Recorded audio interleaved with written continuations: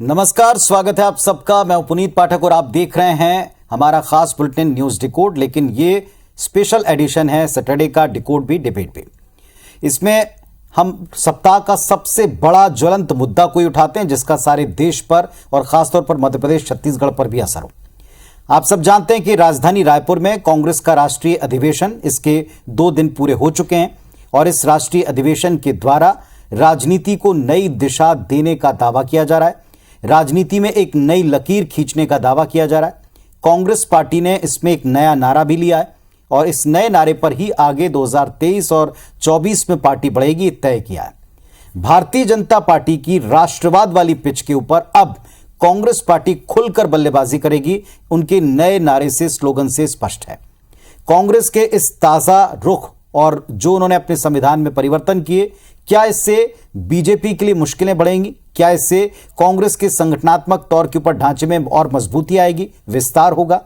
क्या वाकई भारतीय जनता पार्टी इसे चुनौती मानती है या इस चुनौती को सिरे से खारिज करने का केवल एक विरोधी के नाते उनका एक जेस्चर है? सब पर बात करेंगे। क्या बीजेपी के राष्ट्रवाद से कांग्रेस पार्टी का राष्ट्रवाद कुछ अलग है? क्या राष्ट्रवाद पर वाकई 24 में रण होगा भी या फिर भारतीय जनता पार्टी किसी और एजेंडे के तहत काम करेगी और उसके ऊपर कांग्रेस को आना पड़ेगा? ऐसे बहुत सारे सवाल हैं जिनको आज हम डिकोड करेंगे। लेकिन सबसे पहले आपको जो आज का मुद्दा है जिसको हम डिकोड करने वाले हैं, इस पर एक पैकेज देखिए, इस पर एक रिपोर्ट देखिए।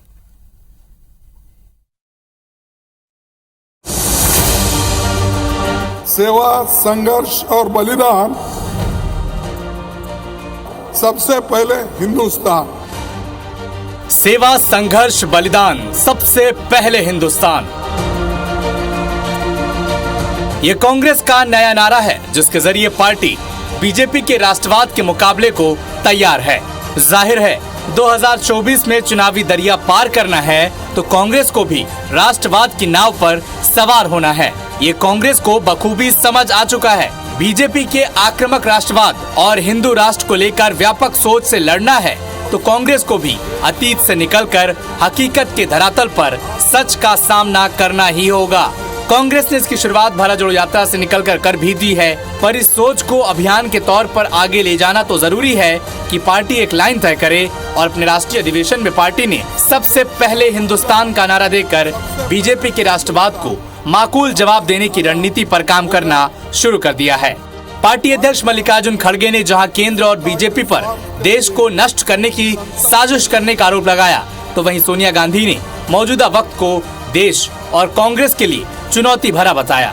भाजपा अपने सत्ता के स्वार्थ के लिए संसद से लेकर सभी संवैधानिक संस्थाओं की मर्यादाओं का अधिकार को तोड़ रही है। मैं बोलना चाहूंगा, इस प्लेनरी सेशन को रोकने के लिए यहाँ पर बीजेपी सरकार ने छापा मारा, रेड किया, हमारे लोगों को अरेस्ट किया। This is a particularly challenging time for the Congress and for the country as a whole. Prime Minister Modi and the BJP RSS regime has relentlessly captured and subverted every single institution. It ruthlessly silenced any voice of opposition. इधर BJP अपने pitch पर मजबूती से खड़ी है। कांग्रेस के इस नए राष्ट्रवाद पर बीजेपी नेताओं ने तंज कसा है।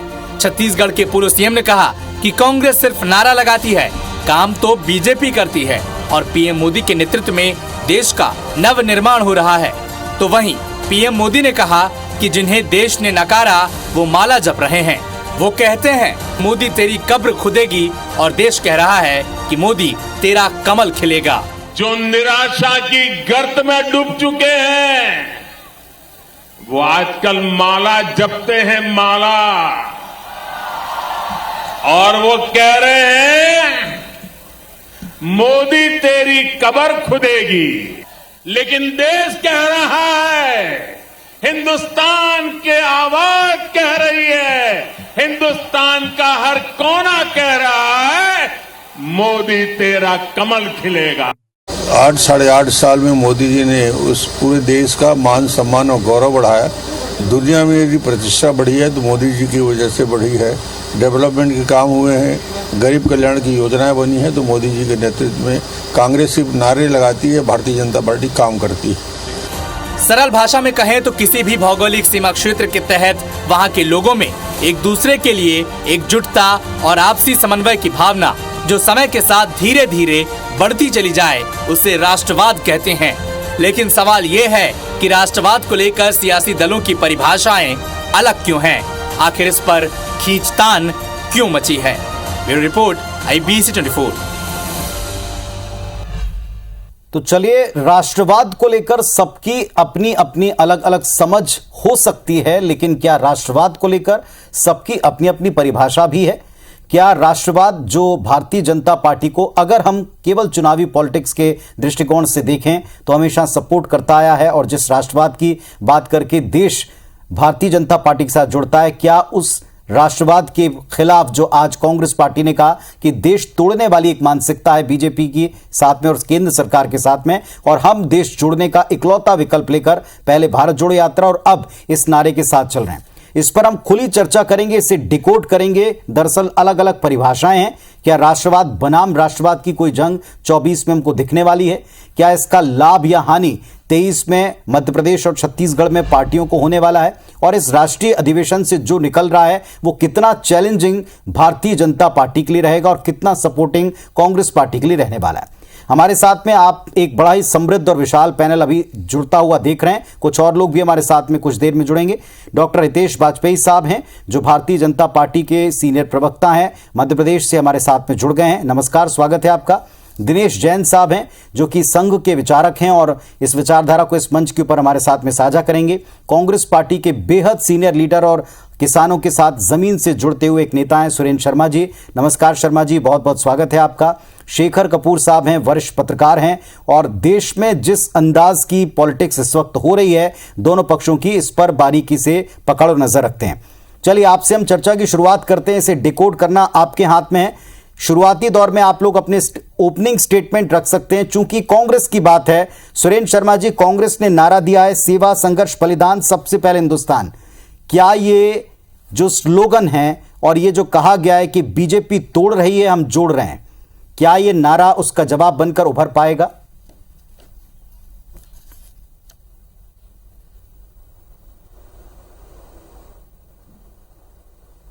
निश्चित रूप से पाठक जी, दरअसल में एक बात समझिए आप कि छत्तीसगढ़ में ये जो अधिवेशन का होना है और छत्तीसगढ़ के अधिवेशन में चूंकि भारतीय जनता पार्टी के तमाम मुद्दों को, तमाम नारों को छत्तीसगढ़ में चुनौती मिली है और जनता ने कांग्रेस के द्वारा किए उठाए गए कदमों का स्वागत किया है।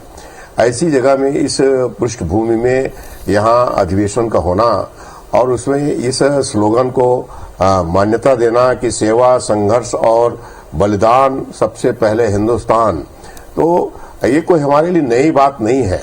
हिंदुस्तान जो है इसको राष्ट्र के रूप में पंडित जवाहरलाल नेहरू ने कहा था कि हिंदुस्तान का मतलब आवाम का मतलब, देश का मतलब, राष्ट्र का मतलब क्या होता है।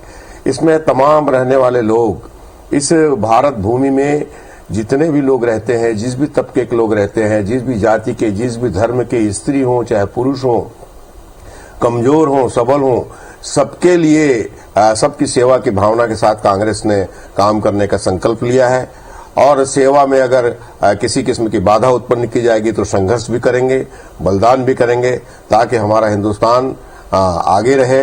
इस अवधारणा को आज कांग्रेस पार्टी ने 85वें अधिवेशन में स्वीकार किया है और ये एक्चुअल में हमारा राष्ट्रवाद कोई नया राष्ट्रवाद नहीं है। इस राष्ट्रवाद से किसी तबके को, किसी को भयभीत होने की, किसी को डराने की, कहीं पर काटने की, कहीं पर भ्रम पैदा करने की, थोड़ा सा और विस्तार में आपकी बातों को लेकर जाऊंगा सुरेंद्र शर्मा जी, लेकिन इस वक्त डॉक्टर हितेश वाजपेयी के पास में हम चलते हैं। भोपाल से जुड़े हमारे साथ डॉक्टर वाजपेयी। राष्ट्रवाद की बातें भारतीय जनता पार्टी करती थी, बीच में आरोप लगे कि क्या भारतीय जनता पार्टी ही अब देश के तमाम पार्टियों को, लोगों को राष्ट्रवाद का सर्टिफिकेट देगी। आज एक नारा सेवा संघर्ष बलिदान सबसे पहले हिंदुस्तान कांग्रेस के राष्ट्रीय अधिवेशन से निकला है। आप भारतीय जनता पार्टी से किस नजरिए से देखती हैं? देखिए पुनीत जी, मुझे लगता है कि सबसे पहले तो हमारे सभी साथियों को और आपके माध्यम से आपके दर्शकों को बहुत बहुत नमस्कार जी। दूसरी बात मैं बहुत स्पष्ट ये कर दूं कि इस देश में हमने इलेक्टोरल डेमोक्रेसी को चुना है। तो यदि हम कांग्रेस को भी लें तो कांग्रेस भी हमारा एक प्रतिस्पर्धी राजनीतिक दल है। हमारी कोई आपस में वैमनस्यता नहीं है। तो देश प्रथम ये हमारा नारा रहा है कि कंट्री फर्स्ट, देन पार्टी और then last is the individual. राष्ट्र प्रथम, पार्टी द्वितीय और मैं सबसे लास्ट में। तो ये हम लोग कहते आए हैं, हमारा स्लोगन है, इसमें कोई दो मत नहीं है। और किसी भी दल का स्लोगन यही होना चाहिए, इसमें कोई दलगत मैं नहीं समझता कि कोई भेद होना चाहिए। तो बहुत अच्छी बात है यदि कांग्रेस और भी इसी प्लेटफॉर्म पर आकर बातचीत करना चाहती है तो हम तो उसका स्वागत करेंगे। राष्ट्र प्रथम की अवधारणा किसी नागरिक की हो, दल की हो, संगठन की हो, भारत को हमेशा उससे लाभ होगा, लेकिन केवल नारे लगाने से नहीं होगा। ये थोड़ा सा ध्यान रखना होगा हमको यहाँ पे। तो स्वाभाविक है कि हमने एक दौर देखा टुकड़े टुकड़े भारत और सबकी राजनीति का, उन्होंने भी स्वाद चखा होगा, सबके साथ होके आ गए। और फिर जब उनको लगा होगा नहीं भाई इस बात की कोई स्वीकार्यता नहीं है, तो बहुत मंथन के बाद छत्तीसगढ़ की धरती से ये राष्ट्र प्रथम का यदि नारा निकला है तो हमें तो बहुत अच्छा है। भारतीय जनता पार्टी के हिंदुत्व के सिद्धांत, चलिए आपने इसका स्वागत किया, लेकिन इसमें जो कुछ लेकिन है उन पर मैं आऊंगा, थोड़ी देर बाद आता हूं इन लेकिन के ऊपर। और क्या ये केवल स्लोगन तक सीमित रहेगा, इस बात पर भी आऊंगा। दिनेश जैन साहब हैं, संघ के विचारक हैं। और दिनेश जैन साहब, आप कांग्रेस के राष्ट्रीय अधिवेशन को संभवतः फॉलो कर ही रहे होंगे। ये कहा जा रहा है बार बार कांग्रेस के द्वारा कि बीजेपी केवल मुखौटा है, पीछे केवल संघ है और जो विचारधाराएं हैं वो सब संघ की हैं। राष्ट्रवाद को लेकर कि भारत प्रथम है, हिंदुस्तान प्रथम है, कांग्रेस पार्टी कहती है ये हमारे डीएनए में है, हमने यही काम किया। संघ सहमत है इस बात से? देखिए, अगर कांग्रेस पार्टी हिंदुस्तान प्रथम की बात करती तो 1947 में देश के टुकड़े नहीं होने देती। गांधी जी ने एक बार कहा था कि देश के टुकड़े मेरी लाश के ऊपर होंगे, लेकिन ऐसा नहीं हो पाया। देश को 1947 में हिंदुस्तान को बांट दिया गया, 3 टुकड़ों में बांट दिया गया। और उसके बाद जो स्वार्थवाद की, राष्ट्रवाद तो वो भूल गए, जो उन्होंने स्वार्थवाद की जो ज्योति जलाई, जिसके तहत भारत की उन्नति को, भारत की प्रगति को इन्होंने रोक दिया, और जिस प्रकार से इन्होंने भारत के साथ खिलवाड़ किया, देश के साथ, देश की नीतियों के साथ, वो एक बहुत ही दुखद समय रहा भारतवर्ष के लिए। आप ये देखें कि जो देश भारत से बाद में आज़ाद हुए थे, जापान हो, चाइना हो, या जो भी देश रहे इस प्रकार के, वो भारत से कहीं ज़्यादा प्रगति कर चुके हैं। उनकी औसत आय बहुत ज़्यादा है, उनकी प्रोडक्टिविटी ज़्यादा है, उनका एक्सपोर्ट बहुत ज़्यादा है, इकोनॉमिकली हमसे बहुत आगे हैं। तो कांग्रेस का ये राष्ट्रवाद तो एक स्वार्थवाद है, इसके अलावा कुछ नहीं है। एक डूबती हुई नाव को बचाने का प्रयास है और वो सक्सेस नहीं हो पाएंगे। छत्तीसगढ़ जैसे पिछले और जनजाति बहुल राज्य में इतनी महंगी 5 स्टार फैसिलिटीज़ देकर अधिवेशन करना, एक गरीब राज्य के ऊपर इतना आर्थिक बोझ डालना, ये कहीं से भी न्यायोचित नहीं लगता है। छत्तीसगढ़ में पहली बार कांग्रेस अधिवेशन करे और वो राष्ट्र की बात करे, तो अगर वो इम्प्लीमेंट करें इसको ग्राउंड लेवल पर, उनको बहुत सफिशिएंट समय मिला 1947 से लेकर के 2000 तक। आपके दोनों बातों का उत्तर दूंगा, पर चूंकि ओपनिंग स्टेटमेंट है, इसमें थोड़ा वक्त की पाबंदी है, लिमिटेशन है। मैं वापस आपके पास विस्तार में आऊंगा। जैन साहब, फिलहाल हमारे साथ में यहाँ पत्रकार के तौर के ऊपर सबको सुन रहे हैं शेखर कपूर साहब, और लंबा तजुर्बा रखते हैं, लंबा एक्सपीरियंस रखते हैं। शेखर जी, आपने सबको सुना, और कांग्रेस पार्टी राष्ट्रवाद नहीं बल्कि स्वार्थवाद पर चल रही है। इसमें एक ही बात भी जुड़ी, बीजेपी कहती स्वागत है अगर राष्ट्र प्रथम कोई पार्टी कहती है। आपको क्या लगता है, ये राष्ट्रवाद बनाम राष्ट्रवाद जैसी कोई पिक्चर, कोई तस्वीर देश के सामने है? देखिए, अगर राजनीति के हम पिछले जो है 74-75 साल हमारी आजादी के जो हुए हैं उसको अगर हम आकलन करें तो ये बात एक निश्चित है कि देश की आजादी का जो बिगुल वजह था और उसकी जो आधारशिला रखी गई थी, उसके अंदर कांग्रेस का कहीं ना कहीं से एक विशेष योगदान रहा था। इस बात से कोई पूरा इतिहास भी इनकार नहीं कर सकता है। और हमारे देश के प्रधानमंत्री मोदी जी ने भी इस बात को स्पष्ट किया है कि कांग्रेस की जो फाउंडेशन डाली थी उससे इनकार नहीं किया जा सकता है। लेकिन लेकिन क्या होता है कि एक पीढ़ी जाती है और दूसरी पीढ़ी जब आती है तो वो नए तरीके से जो है क्या नाम है हर चीज की समीक्षा करती है। हम लोग दिल्ली के अंदर मीडिया के अंदर बैठे हैं, मीडिया के रहते हुए सब मीडिया के साथ में रहते हुए हम लोगों की विचारधाराएं बातचीत सबके साथ होती रहती है, तो हम ये बात महसूस करते हैं कि राष्ट्रवाद की अगर परिभाषा प्रधानमंत्री नरेंद्र मोदी दे रहे हैं या कांग्रेस दे रही है तो ये तो बहुत अच्छी बात है और इससे बिल्कुल भी इनकार नहीं किया जा सकता है कि आने वाला समय हमारे लिए देश के अंदर पूरी तरह से राष्ट्रवाद के ऊपर ही निर्धारित होगा। और इस प्रकार जिस प्रकार से हम इस वक्त देश के अंदर देख रहे हैं, जो परिस्थितियां बदल रही हैं, जो परिस्थितियों में आमूलचूल परिवर्तन आ रहा है, और आप ये भी देख रहे हैं कि अंतर्राष्ट्रीय स्तर पर भारत की जो छवि है वो लगातार विकसित होती जा रही है। तो कांग्रेस भी आज कहीं ना कहीं से इस बात की पूरी कोशिश कर रही है और कांग्रेस भी इस बात को कहीं से इनकार नहीं कर रही है कि वो भी जो है राष्ट्रवाद की जो वो परिभाषा है उसको नए तरीके से वो अपने तरीके से बदलने की कोशिश भी कर रही है। और अगर कांग्रेस राष्ट्रवाद की परिभाषा को अपने सकारात्मक रूप में लेती है तो ये तो देश के लिए बहुत अच्छी बात है। इससे इनकार नहीं किया जा सकता है कि कांग्रेस का जो योगदान देश की आजादी के समय रहा है उससे इनकार कोई नहीं कर सकता है। लेकिन अब आज क्या नाम है, पिछले 11 साल पहले 12 साल पहले जब मोदी जी आए, मोदी जी ने भारतीय जनता पार्टी की नीतियों को लेकर अपने आप को देश के अंदर स्थापित क्या किया। दोनों के शेखर जी, क्या दोनों के राष्ट्रवाद में कोई बड़ा फर्क है? क्योंकि दोनों एक दूसरे पर राष्ट्रवाद की पिच के ऊपर जब खेलते हैं, अगर हम चुनावी दृष्टिकोण से देखें तो आरोप लगाते हैं कि एक तोड़ने वाली है, एक जोड़ने वाली विचारधारा। एक कहते हैं आपका स्वार्थवाद है, राष्ट्रवाद तो कहीं है ही नहीं। देखिए, मैं आपको बड़े स्पष्ट कर दूं कि जब दो परस्पर विरोधी लोग बैठते हैं तो उनकी राष्ट्रवाद की भाषा या राष्ट्रवाद की परिभाषा या वैचारिक जो परिभाषाएं होती हैं वो बदलती रहती हैं और वो एक दूसरे का कंट्राडिक्शन करती हैं। तो बीजेपी जो है राष्ट्रवाद की भाषा को अपने तरीके से परोसती है तो पूरा देश उसको देख रहा है। कांग्रेस अपनी राष्ट्रवाद की भाषा को अपने तरीके से परोसती है तो उसको भी देश देख रहा है।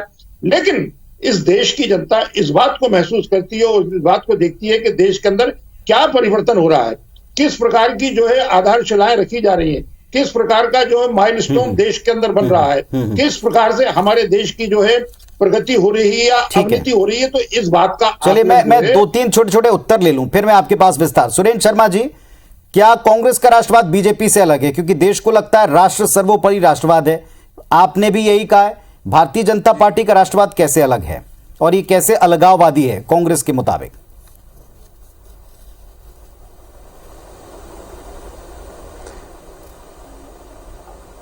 नहीं, देखिए, राष्ट्रवाद तो कभी अलग होता नहीं। राष्ट्र के हित के संबंध में चिंतन करना ही राष्ट्रवाद है। बात दरअसल ये है कि बातों को कहना, कि राष्ट्रवाद की बात करना और राष्ट्र की सेवा के बजाय चंद पूंजीपतियों की सेवा हो तो उसको कैसे कहेंगे आप?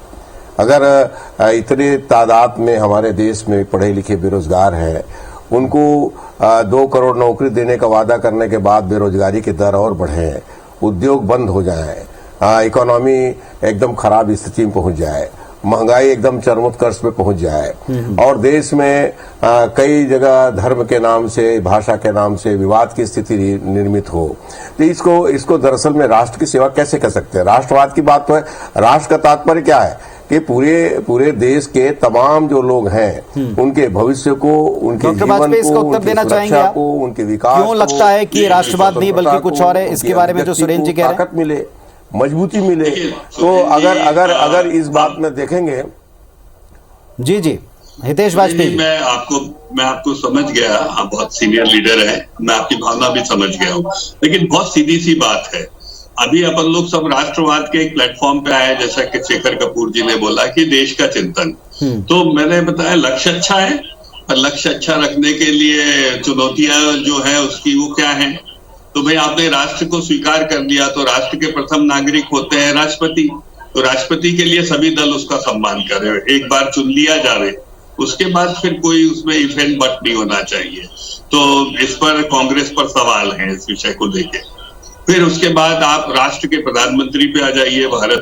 भारत का प्रधानमंत्री राष्ट्रपति महोदय के बाद दूसरा एग्जीक्यूटिव हेड है, तो स्वाभाविक है भारत के प्रधानमंत्री पर हम या उसकी छवि पर समझौता नहीं करेंगे। क्या हम ये निर्णय ले सकते हैं?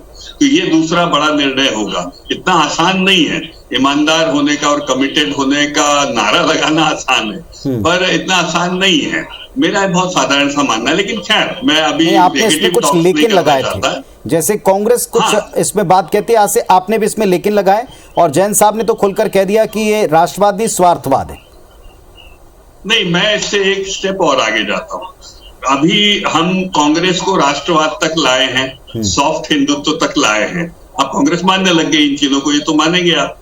हमारा अगला लक्ष्य होगा कि हम एकात्म मानववाद जो हमारा, हम राष्ट्रवादी लोग नहीं है, ये बता दें पुनीत जी। हम मानते हैं कि भारत एक जियो कल्चरल यूनिट है। राष्ट्रवादी होना मतलब इसमें आक्रामकता है। ठीक है, इसमें चलिए आपने एक नई बात की डॉक्टर वाजपेयी, आपने एक नई बात की, और यहीं से एक सवाल जन्म लेता है कि आप बीजेपी बार बार कांग्रेस पार्टी को अपनी पिच पर ला रही है, और कांग्रेस जब उसी अंदाज में आती है तो बीजेपी फिर एक नए मुद्दे को ले आती है। जरा इस पर भी आऊंगा। चलिए तो हम आज बात करें अपने अपने राष्ट्रवाद की। कांग्रेस पार्टी के राष्ट्रीय अधिवेशन में एक नारा बुलंद किया गया। राष्ट्रवाद से सीधे तौर पर यह नारा जुड़ता है, लेकिन क्या भारतीय जनता पार्टी की पिच पर कांग्रेस पार्टी को खेलने के लिए आना पड़ा है? हम कुछ बातचीत कर रहे थे, और इसमें एक और खास मेहमान हमारे साथ में जुड़ रहे हैं।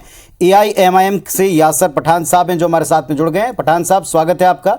और कांग्रेस पार्टी ने आज राष्ट्रवाद को लेकर एक नारा बुलंद किया है। पहला सवाल मैं आपसे इसी से जुड़ा पूछ रहा हूं। इसी अधिवेशन में यह भी कहा गया है कि इस वक्त जो है कुछ लोगों की स्थिति बहुत ही कठिन है, उनके लिए हालात बड़े क्रूशियल हैं, कठिन हैं, और इनमें एक मुस्लिम समुदाय या अल्पसंख्यक भी हैं। दूसरी बात यह कि बीजेपी के राष्ट्रवाद में मुस्लिमों का स्थान नहीं है, आपके बड़े नेता कहते हैं, ओवैसी साहब बार बार कहते हैं। क्या आप मानते हैं कि उनके राष्ट्रवाद में कोई स्थान नहीं है मुस्लिमों का? देखिए, बिल्कुल ओवैसी साहब जो बोलते हैं वो तथ्यों के साथ में बोलते हैं। अभी तक उनकी बात को ना ही किसी बीजेपी ना ही किसी कांग्रेस वाले ने काट छाट कर सका है।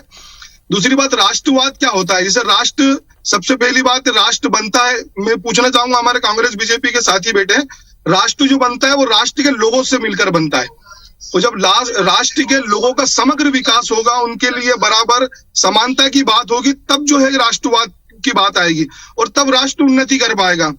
कांग्रेस जो है राष्ट्रवाद की बात करती है, कांग्रेस के अधिवेशन में राष्ट्रवाद की बात की जा रही है।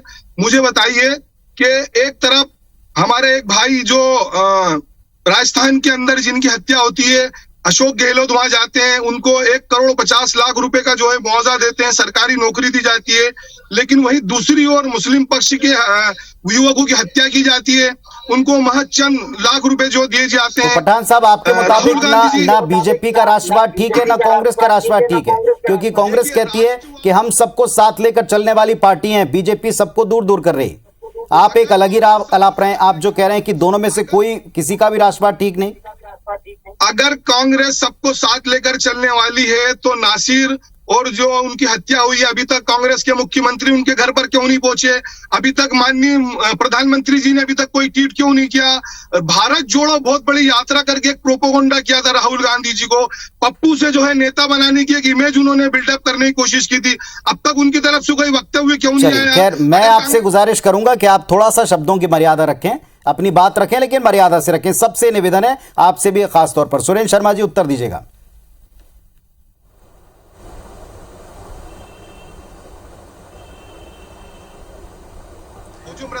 देखिए, वहाँ राजस्थान में क्यों नहीं गए, क्या नहीं गए, ये तो इसको बताने की स्थिति में नहीं हूँ। मगर मैं एक बात जरूर कह सकता हूँ, जो हमारे मित्र ने भारत के कांग्रेस के राष्ट्रवाद पर जो आक्षेप किया है, तो मैंने पहले कह दिया था, पहले ही स्पष्ट कर दिया था कि भारत के या किसी भी कांग्रेस के राष्ट्रवाद का तात्पर्य है कि हिंदुस्तान में रहने वाले तमाम लोग, चाहे वो किसी भी तबके के लोग हों, किसी भी धर्म के लोग हों, किसी भी भाषा के मानने वाले लोग हों, किसी भी क्षेत्र में रहते हों, उन सबको साथ में लेकर के उनकी सेवा करना हमारा जो स्लोगन है आज का, सेवा, संघर्ष और बलिदान, और सबसे पहले हिंदुस्तान। तो हिंदुस्तान को बनाए रखने के लिए, हिंदुस्तान की एकता को बनाए रखने के लिए, हिंदुस्तान राष्ट्र को मजबूत करने के लिए इसमें रहने वाले तमाम लोगों को मजबूती देना जरूरी है।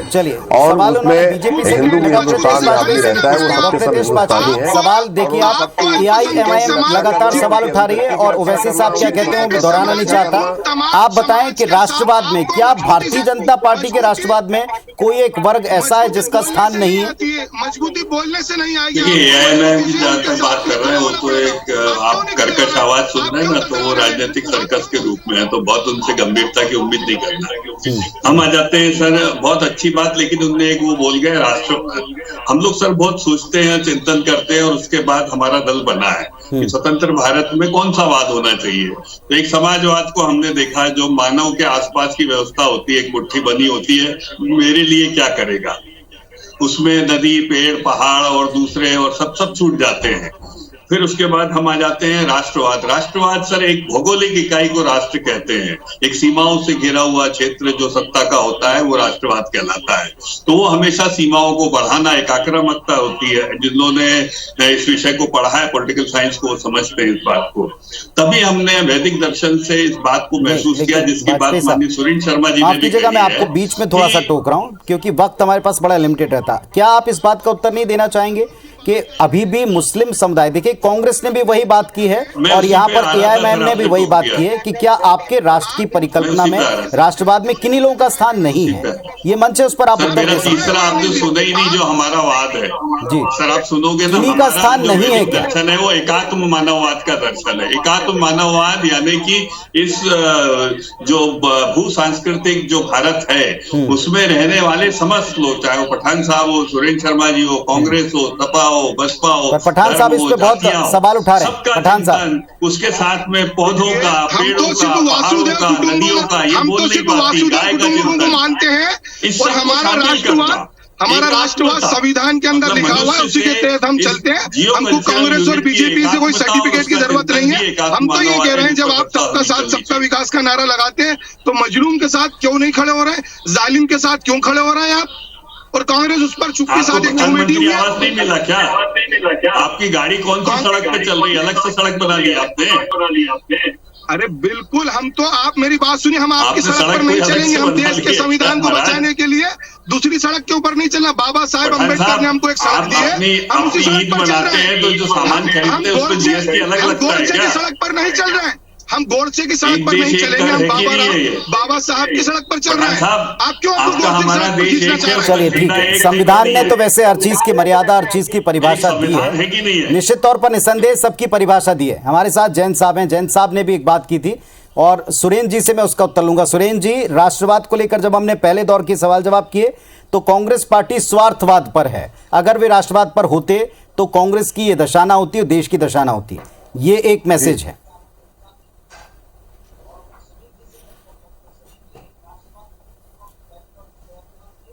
यह है कि बड़ी अजीब इत्तेहादुल मुस्लिमीन नाम जिनकी पार्टी का है, वो राष्ट्रवाद की बात करें तो बड़ा हास्यास्पद लगता है। जिनकी पार्टी का नाम ही इत्तेहादुल मुस्लिमीन है, अगर कांग्रेस में वो सामाजिक समरसता की बात करें या सभी लोगों को एक साथ रखने की बात करें, उनकी पार्टी के जो अध्यक्ष हैं उनका आप कोई भी वक्तव्य सुन लीजिए, वो सांप्रदायिकता से भरा हुआ होता है। चलिए, मैं एक पर्टिकुलरली आपको शर्मा जी में रोकता हूँ, वो एआईएमआईएम से बात करना चाहते हैं। जैन साहब, आप कहें, खुल के कहें अपनी बात, पहले आप कह लें। सुई नहीं बनती थी ऐसे देश को जो जैन साहब पर पहुंचाया कांग्रेस पार्टी ने। आप जो एकता की बात कभी नहीं करते। इत्तेहादुल मुस्लिमीन उनका पार्टी का नाम ही है, मुसलमानों की एकता। उन्होंने कब कही कि राष्ट्र की एकता या भारत की एकता की बात तो वो करते ही नहीं है। ना वो इस मिट्टी को अपनी मातृभूमि मानते हैं, ना वंदे मातरम या भारत माता की जय का नारा लगाते हैं। तो ऐसे लोगों के मुंह से ये संविधान को मानते हैं, अम्बेडकर जी की आड़ लेकर, आप एकजुट संविधान और अम्बेडकर जी की आड़ लेकर ये लोग इत्तेहादुल मुस्लिमीन का जो इनका जो नैरेटिव है वो स्थापित करना चाहते हैं और कोई इनका उद्देश्य नहीं है। ये गजवाए हिंद के जो है वो पीछे शोषण वो करने वाले हैं। गजवाए हिंद का जो इनका वो चिंतन है उसी का वो अनुसरण करते हैं। दूसरी बात ये मुस्लिमीन दिखाई दिया, संघ एकमात्र ऐसी संस्था है जो अखंड भारत की बात करता है। हम सिर्फ अखंड भारत की बात करते हैं। और देखिए, जितनी भी योजनाएं केंद्र सरकार ने मोदी जी के प्रधानमंत्री काल में लगी हैं, चाहे वो 80 करोड़ लोगों को खाना देने की, मुफ्त राशन देने की बात हो, उसमें चाहे हिंदू हो या मुसलमान हो, सबको समान रूप से मुफ्त राशन दिया जा रहा है। जो प्रधानमंत्री आवास योजना है उसमें मुसलमान हो या हिंदू हो, सबको समान रूप से प्रतिभागी बनाया जा रहा है।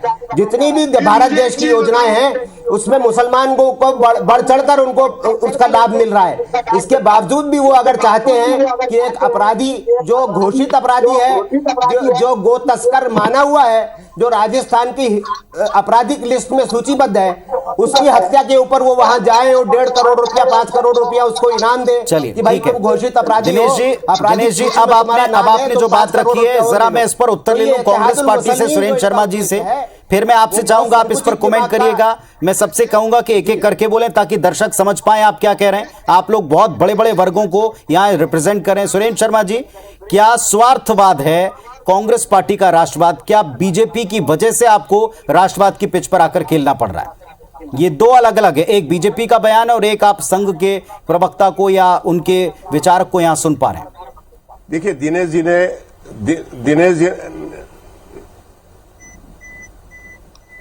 जी शर्मा जी कहें। ने बहुत सारी बातें कही। उन्होंने कहा कि भारतीय जनता पार्टी या आरएसएस तो ये चाहती है, नहीं, दिनेश जैन जी ने कहा कि आरएसएस का ये विचार है, भारतीय जनता पार्टी की ये विचार है कि अगर सड़क बनती है तो उसमें मुसलमान भी चलता है, अस्पताल में मुसलमानों को भी जगह मिलती है, और चावल मिलता है तो वो भी मुसलमानों को मिलता है। टिकट क्यों नहीं मिलती भाई साहब? आज इतने बड़े देश में 20 करोड़ मुसलमान रहते हैं। उत्तर प्रदेश में आप 300-400 सीटों में चुनाव लड़ते हैं, क्या एक मुसलमान आपको नहीं दिखता जिसको आप चुनाव में खड़े कर सके? आपको वोट भी तो मिलते हैं ना मुसलमानों के। तो मुझे भी नहीं मिला। आपका दावा है कि मुसलमान हमको वोट करते हैं। मुस्लिम बाहुल्य क्षेत्रों में भी आप चुनाव जीते हैं। जी, आप एक आदमी को टिकट क्यों नहीं देते? आप कैसे आप सबको सबका साथ है, सबका एक विकास की बात करते हैं? देने ना देने की बात राजनीतिक योग्यता पर निर्भर करती है, तो ये राजनीतिक पार्टी का काम है। भारतीय जनता पार्टी जिसको विनिंग कैंडिडेट समझती है या योग्य समझती है उसको टिकट देती है। एक भी व्यक्ति योग्य नहीं है। मुसलमान समाज से भी कई नेता भारतीय जनता पार्टी में है कि जिसको आप विधानसभा की टिकट दे सकें। अद्भुत बात है। नहीं, मुस्लिम समाज से कई नेता भारतीय जनता पार्टी से जुड़े हुए हैं। ऐसा राष्ट्रवाद, इसमें कोई विवाद वाली बात ही नहीं है। कांग्रेस नहीं है। मुस्लिम समाज के कई बड़े नेता भारतीय जनता पार्टी के साथ जुड़े हुए हैं, मतलब पूरे मुस्लिम समाज, लेकिन आप उनको मुस्लिम समझते ही नहीं है। जो भारतीय जनता पार्टी से जुड़ जाता है आप उसको मुसलमान ही नहीं समझते। सबसे बड़ी दुविधा तो आपके साथ ये है, धर्म के तमाम लोगों को सबसे बड़ी दुविधा आपके साथ ये है, भारतीय जनता पार्टी में जितने मुसलमान नेता हैं आप उनको मुसलमान ही नहीं समझते हैं, आप उनको दूसरे नाम से पुकारने लग जाते हैं। आप समझा नहीं पा रहे हैं, मैं तो समझने को तैयार हूँ। आप समझाइए ना भाई, आप क्यों नहीं देते किसी? चलिए, टिकट से भी ज्यादा सुरेंद्र शर्मा जी, क्या आप इस बात का उत्तर देंगे समझाने में कि कांग्रेस का राष्ट्रवाद जो है स्वार्थवाद की श्रेणी में रखा गया है, उसे स्वार्थवाद कहा गया? अगर ऐसा नहीं होता तो देश का और पार्टी का हाल नहीं होता, ये तंज भी कसा गया है।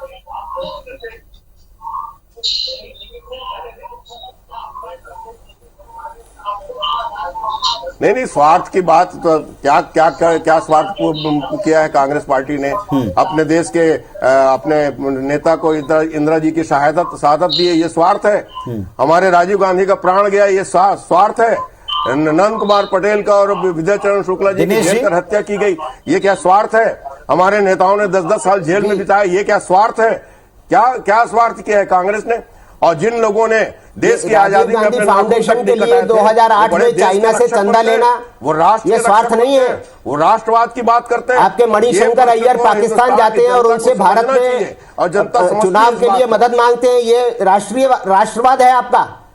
चाइना के साथ, चाइना सरकार के साथ MOU साइन करना और राजीव गांधी फाउंडेशन के लिए चंदा लेना, ये आपका राष्ट्रवाद है? आपका देश की सीमाओं का सौदा करना, 4 लाख एकड़ भूमि 1962 में आपने चाइना को दे दी और उसके ऊपर खामोशी के साथ बैठे रहते हैं, यही आपका राष्ट्रवाद है? आजादी दिलाने आपका राष्ट्रवाद सिर्फ तुष्टीकरण तक सीमित है। नागरिकों को बराबरी का अधिकार दिलाने वाला, मतदान का अधिकार दिलाने वाला एकमात्र पार्टी कांग्रेस पार्टी है। तब भारतीय जनता पार्टी नहीं थी। मैं आप दोनों ने अपने अपने उत्तर देने की कोशिश की, सवाल उठाने की कोशिश की। सुरेंद्र जी, जैन साहब, आप दोनों को रोकता हूं। हमारे साथ में शेखर कपूर साहब हैं। शेखर जी, ये बहस और इस तरह की बहस कोई नई बात नहीं, लेकिन राष्ट्रवाद की चर्चा चले तो कांग्रेस पर आप स्वार्थवाद या परिवारवाद का आरोप लगा दो, और जब भारतीय जनता पार्टी के राष्ट्रवाद की बात चले तो यह कहा जाता है कि एक बड़े वर्ग को ना तो आप टिकट के काबिल समझते हो, ना आपके राष्ट्रवाद में उसका स्थान है। क्या यह पैमाना होगा टिकट वाला? क्या यह बात उस वर्ग के जहन में है जो कांग्रेस आज खुलकर कहती है अपने अधिवेशन में? देखिए पुनीत जी, मैं आपको स्पष्ट कह दूं कि इस वक्त जब हमारा देश आजाद हुआ था जी, उस वक्त राष्ट्रवाद वाली बात जो थी वो नहीं थी, उस वक्त देशभक्ति वाली बात थी। लेकिन उस देशभक्ति काल में जिन जिन लोगों ने अपना कंट्रीब्यूशन दिया, अपना योगदान दिया, उसकी गाथाएं आज लिखी जा रही है या आज बताई जा रही है या आज पढ़ी जा रही है, तो उसके कारण एक राष्ट्रवाद की जो है बात हमारे देश के अंदर नए सिरे से आगे बढ़ चली है। जहां तक कांग्रेस की बात है, कांग्रेस ने जो लंबे समय तक शासन किया तो उसकी जो नेगेटिव चीजें रही वो भी जो है एक लंबे समय के बाद देश के अंदर महसूस होती रही। आखिर भाजपा जैसी पार्टी जो है या जनसंघ जैसी पार्टियां जो हैं या विश्व हिंदू परिषद, इन लोगों का उदय कहां से हुआ? अगर राष्ट्रवाद उन कांग्रेस के अंदर होता तो मैं समझता हूं कि भाजपा जैसी पार्टी सत्ता में कहीं से नहीं आती। तो लोगों ने इस देश के लोगों ने, बहुसंख्यक समाज ने कहीं ना कहीं से इस बात को महसूस किया है कि उनके हितों की जो है हितों की बात जो है लंबे समय से नहीं की गई और उसको उस वक्त भाजपा ने या जनसंघ ने जैसी पार्टियों ने एक नए सिरे से राष्ट्रवाद के रूप के अंदर परिभाषा दी, राष्ट्रवाद के रूप में उसको परिभाषित किया और आज वो हमारे सामने डिस्कशन का विषय आ गया है। और सबसे बड़ी बात यह कि उस राष्ट्रवाद के बात के बल पर भाजपा जैसी पार्टी, भारतीय जनता पार्टी जैसी पार्टी पर आज कांग्रेस पार्टी जो है 2/3 बहुमत कपूर साहब, लेकिन आज कांग्रेस पार्टी भी एक चिंता व्यक्त कर रही है। आज कपूर साहब, कांग्रेस पार्टी भी एक चिंता व्यक्त कर रही है कि ये जरूर राष्ट्रवाद की बात कर रहे हैं, लेकिन इनके राष्ट्रवाद में दलितों के लिए बड़ी क्रूशियल टाइमिंग आ गई है, मुस्लिमों के लिए, अल्पसंख्यकों के लिए बड़ी क्रूशियल टाइमिंग आ गई है और इससे कोई निजात दिला पाएगा तो कांग्रेस दिला पाएगी, क्योंकि हम एकता के लिए चलते भी हैं सारे देश में और उसके लिए आगे काम करने के लिए स्लोगन भी दे रहे हैं। क्या ये चिंता जो कांग्रेस ने व्यक्त की, इससे आप इत्तेफाक रखते हैं? नहीं, देखिए, वक्त के साथ के अंदर धाराएं, विचारधाराएं बदलती रहती हैं और कहीं ना कहीं से आज अगर हम जब अपने देश को देखते हैं और अपने पड़ोसी देश को देखते हैं और वहां के जो घटनाक्रम को देखते हैं तो हम महसूस इस बात को करते हैं कि कहीं ना कहीं से हमारे देश के अंदर जो है एक विचारधारा सबको साथ में लेकर चलने की तो है। अब कोई ये कहे कि साहब मुसलमानों को एक्सेप्ट नहीं कर पा रहे हैं, तो मैं इस बात को नहीं मानता हूं। ठीक है, मुसलमानों को जो है भाजपा जो है अपने पार्टी के अंदर उतना स्थान नहीं दे पाती है, लेकिन भाजपा मुसलमानों के खिलाफ में कहीं दिखाई पड़े, ये भी हमको दिखाई नहीं पड़ता है। हाल ही में आपने देखा होगा कि प्रधानमंत्री मोदी ने जो है इस बात को कहा कि मुसलमान हमको वोट दे या ना दे, लेकिन हमें उनके बीच जाना है, उनके हितों उनके हितों की बात करना है। ठीक है, मैं थोड़ा संघ विचारक के पास में पहुंचना चाहूंगा। दिनेश जैन साहब, पिछले दिनों ये तस्वीरें तब से बदलनी शुरू हुई जब संघ प्रमुख जो है स्वयं कुछ मुस्लिम स्थानों के ऊपर गए, मदरसों में गए, कुछ ऐसे मुस्लिम स्कॉलर्स के साथ में उनकी मीटिंग की तस्वीरें सामने आई। फिर बाद में जब भारतीय जनता पार्टी के तमाम नेता थे तो उन्होंने भी यहां कहा कि साहब आप संभल कर बोलें, कोई खिलाफत वाली बात ना कहें। संघ इस बारे में क्या मानता है? मुस्लिमों को ऐसा क्यों लगता है और कांग्रेस क्यों ये बात कह रही है कि भारतीय जनता पार्टी के राष्ट्रवाद में उनके लिए स्थान नहीं है? देखिए, परम पूज्य मोहन भागवत जी ने कहा है कि भारत में रहने वाला प्रत्येक व्यक्ति हिंदू है और हम सबका डीएनए एक ही है। ये बहुत बड़ी बात है, आप इसकी गहराई में जाएं। जब भागवत जी कहते हैं कि हम सबका डीएनए एक है और हम सब एक ही पिता की संतानें हैं, तो कहीं ना कहीं हमारे मस्तिष्क में ये विचार है कि हम सबको समान रूप से समझते हैं, समान नागरिक समझते हैं, भारतवर्ष का समान नागरिक समझते हैं। और अगर कोई समाज, कोई धर्मगुरु भागवत जी को ससम्मान बुलाता है, आमंत्रित करता है, तो संघ के लिए वो कोई अस्वीकार्य नहीं है। जी, जब आप ये डीएनए वाली हिंदू वाली बात करते हैं तो देखिए इस मंच पर भी पठान साहब विरोध कर रहे हैं इस बात का। वो पठान साहब का काम है, वो तो एक संकुचित विचारधारा को प्रतिनिधित्व देते हैं, उनके साथ कोई बहस का कोई सेंस नहीं है। पठान साहब की सोच बड़ी सीमित, हैदराबाद तक रहना है उनको, वो पूरे भारतवर्ष का चिंतन लेके चली नहीं सकती। सोच तो संविधान से शुरू होती है, संविधान पर खत्म। मुझे एक चीज बताइए, मुझे एक चीज बताइए, आप राष्ट्र को मानते हैं, आप राष्ट्र में विश्वास रखते हैं? तो ये एक आड़ के लिए लेते हैं। अच्छा सुनिए, आड़ के लिए अम्बेडकर जी और संविधान का नाम लेते हैं। आप राष्ट्र में विश्वास रखते हैं? आप ना राष्ट्र तो में ये विश्वास संविधान को मानते हैं, ना ये अम्बेडकर जी को मानते हैं। आप मुझे जवाब दीजिए, आप राष्ट्र को मानते हैं? आप राष्ट्र में विश्वास रखते हैं? आप राष्ट्र में विश्वास रखते हैं क्या? आपके वो तो मुताबिक हमारे चलिए। कार्य पद्धति से यासर साहब, आपके मुताबिक राष्ट्र क्या है, राष्ट्रवाद क्या है? कहने से नहीं, हमारे काम करने के ढंग से स्पष्ट आपके मुताबिक क्या राष्ट्रवाद है? क्या आप ये नहीं मानते कि सारे लोगों का डीएनए एक है? क्या इस बात से आपको आपत्ति है? सर मुझे सिर्फ दो सवालों का जवाब चाहिए इनसे। जी, पहले आप भी हमारे सवाल का जवाब दे दें। आप मुझे ये, मैं बिल्कुल दूंगा, आप मुझे बताइए ये राष्ट्रवाद को, ये राष्ट्र के अंदर यकीन रखते हैं क्या? आप बताइए, बीजेपी वाले राष्ट्रवाद पे या राष्ट्र पर यकीन रखते हैं क्या? आपको क्यों लगता है वे राष्ट्रवाद पर यकीन नहीं रखते हैं या राष्ट्र पे यकीन नहीं रखते हैं? अगर वो रखते हैं तो हाँ बोले, अगर वो रखते हैं तो हाँ बोले। चलिए, आप बीजेपी की बात कर रहे हैं, मैं उनका अधिकृत 80 करोड़ भारतवासियों को हितेश जी, आप कुछ कहेंगे इस पर? हितेश जी मुझे जवाब दीजिए। अरे दो बात का जवाब दीजिए सर। आप राष्ट्रवाद पर यकीन रखते हैं सर? जी चलिए, हितेश जी कुछ कहना चाहेंगे इस पर? मैं देखिए पुनीत जी, मैंने बताया ना, मैं तो सबका सम्मान करता हूँ। जैन साहब एक मिनट दीजिएगा, एक एक करके बोले। जैन साहब एक मिनट रुकिए। जवाब दीजिए, आप क्या राष्ट्रवाद जी पर यकीन जी, रखते हैं? वाजपेयी जी, बोलना है मुझे? राष्ट्रवाद पर यकीन रखते हैं? तो मैंने तो पहले ही बोला कि राष्ट्र को नमन करने वाले, चाहे दल हो चाहे नागरिक हो, जो भी भारत माता की जय बोलेगा वो बहुत अच्छे से स्वीकार्य है। जो बोलेगा भारत तेरे टुकड़े होंगे, उसका तो क्या हाल होगा ये आपको बहुत अच्छे से पता है। तो ये बहुत क्लियर विचारधारा है। तो हमारी परिधि भारत की हमारी तय है कि राजनीतिक दल जो भी भारत माता के चलिए ठीक है हितेश जी। पठान साहब आप जरा आप उत्तर दें, आपके मुताबिक क्या है राष्ट्र और राष्ट्रवाद? सुनिए, जब ये अरे इनको अभी समझने में 3 पीढ़ियां और लगेंगी। अरे पठान साहब आप भी उत्तर तो दे दें कि केवल सवाल पूछने के लिए आप इस मंच पर आए। जवाब दीजिए। अगर आप राष्ट्रपिता पे यकीन रखते हैं, रखने वाले कर्कश पठान साहब आप यहाँ सवाल पूछने आए क्या उत्तर देने भी आए? चलिए, हमारे 100 पार्षद मुसलमान नहीं, पता है कि नहीं पता? बीजेपी के मेरे मित्र प्रवक्ता कह रहे हैं कि चलो हम मध्य प्रदेश में 100 पार्षद अभी नगरीय निकाय चुनाव समाप्त हुए हैं, हमारे 100 पार्षद मुसलमान हैं। आप राष्ट्रपिता पे यकीन रखते हैं कि आप तो मुझे इस सवाल का जवाब दे दीजिए सर। मेरे ख्याल से पठान साहब आप जो सवाल पूछ रहे हैं उन सवालों के जवाब राष्ट्र को भी पता है, लोगों को भी पता है, लेकिन आपकी तरफ से कोई जवाब नहीं आ रहा। एक छोटी सी बात, एक छोटा सा ब्रेक में ले लूं, ब्रेक के बाद थोड़ा फाइनल कंक्लूजन पर आएंगे। राष्ट्रवाद को लेकर क्या कोई कंफ्यूजन लोगों के जहन में है या ये डाला जा रहा है ताकि पॉलिटिकल इसका लाभ लिया जाए या सामने वाले को हानि मिल पाए? चलिए, अपने अपने राष्ट्रवाद पर फाइनल कमेंट लेने की बारी। आप सबसे गुजारिश है ये भी बिना इंटरप्शन के अपने फाइनल कमेंट आपको रखने। क्या 2024 में राष्ट्रवाद बनाम राष्ट्रवाद की जंग कांग्रेस बीजेपी में देश में दिखेगी? सुरेंद्र शर्मा जी 20 सेकंड आपके पास, अपना कमेंट रखें आप।